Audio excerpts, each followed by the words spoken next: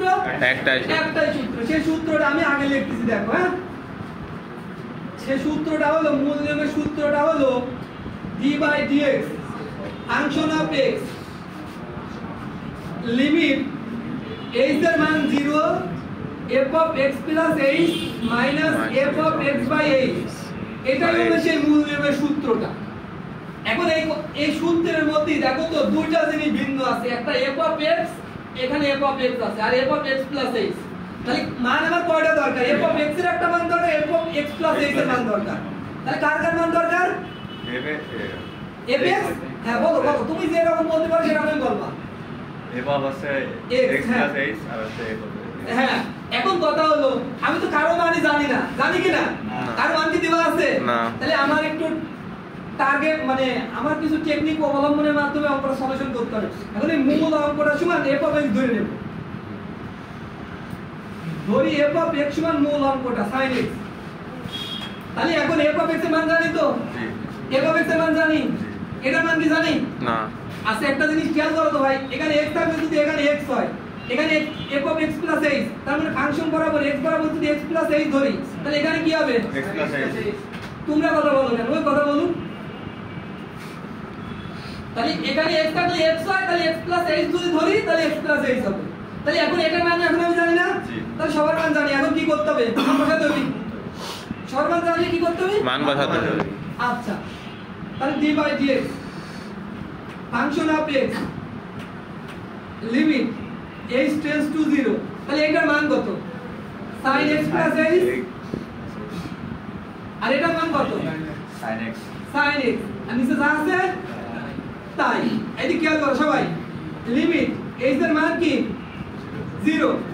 এখন h টাকে যদি বের করে নিই তাহলে কি হয় 1/h হয় না আর উপরে যা আছে সেটা থাক বন্ধের মধ্যে লিখবো sin x plus h minus sin x এখন ফার্স্ট সেমিস্টারে একটা সূত্র শিখাইছিলাম sin c minus sin d এর সূত্র হলো 2 cos c plus d by 2 sin c minus d by 2 এটা সূত্র শিখাইছিলাম ফার্স্ট সেমিস্টারে তাহলে এখানে c কোনটা হবে এটা আর d কোনটা হবে x তাহলে c কোনটা x plus h আর d x তাহলে লিমিট h tends to 0 যা আছে নামায় নিয়ে আসলাম তাহলে sin c minus sin d সূত্র লিখবো তুমি বলো কিভাবে লিখবো বলো 2 cos x plus h plus x হ্যাঁ c plus d হলো তারপর 2 by 2 তারপর sin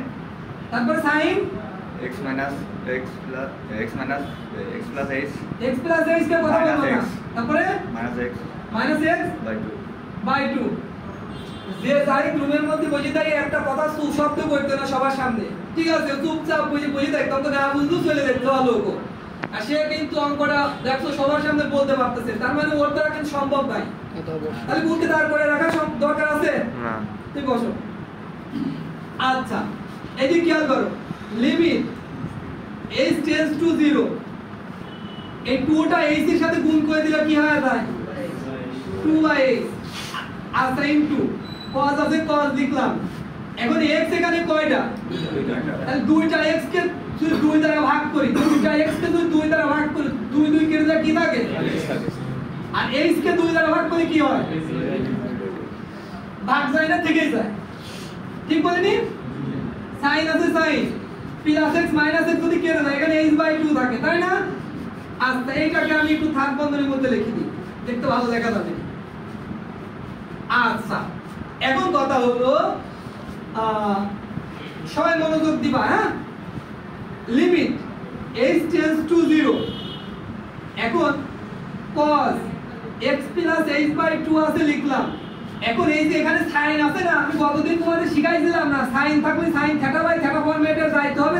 যাতে তার মান 1 লেখা যায় গতদিন শিখাইছিলাম কিনা এখানে sin এর পাশে h/2 আছে তাহলে sin θ/θ ফরম্যাটে যাতে গেলে লিমিট θ এর মান 0 এই ফরম্যাটে যাতে হবে না তাহলে এখানে একটা লিমিট দরকার তাহলে এই লিমিটটাই কপি করে নিয়ে এসে এখানে পেস্ট করে দেব তাহলে লিমিট h tends to 0 তাহলে sin h/2 মানে থিটা বাই h/2 মানে থিটা। ভাই উপরে এখানে যা আছে এটা লিখলেন ঠিক আছে, কিন্তু h/2 আসলো কোথা থেকে? এই h/2 এর এখানে 2/h ছিল না, এই 2/h ছিল না, এইটা যখন আমি নিচে নিয়ে যাবো তখন উল্টা হয়ে যাবে, এই 2 উপরে যাবে, 2টা নিচে আসবে, তাহলে sin θ/θ ফরম্যাট হয়েছে। তাহলে শর্ত সহ sin θ/θ এর মান আমরা কি জানি? তাহলে এইটুকু মান কি আসছে? তাহলে cos আছে cos লিখলাম, x আছে x লিখলাম, প্লাস এই যে এখানে h আছে, h এর মান আমরা কি জানি? 0। তাহলে 0 কে যা দিই ভাগ করে তার মান 0। আচ্ছা, তাহলে 0 টা একটু বড় করে দিই। আচ্ছা, ইনটু শর্ত সহ sin θ/θ এর মান কত? 1। তাহলে এখানে শুধুমাত্র cos x করে থাকে, তাই না? তাহলে এখন এখানে দেখো এই যে f of x এর মান আমরা কত জানি? sin x। তাহলে এখানে কি f of x লেখা ঠিক আছে? না, sin x লিখতে হবে। তাহলে এটাকে একবারে নামাই নিয়ে আসলাম, তাহলে d/dx sin x কে ডিফারেন্সিয়েট করলে কি হয়? cos x হয়। আমি তোমাদের সূত্র মুখস্থ করেছি, এখন প্রমাণ করে দেখাই দিচ্ছি। এই যাই, বুঝছো? সত্যি কথা না, আমার মুখ রক্ষার্থে যে ভাই এত গর্ব করে সবার সামনে বললো, ভাই মুখ রক্ষা না করে কেমন হয়ে যায়? পেটে পেটে চোখে লজ্জা করে লাভ নাই ভাই।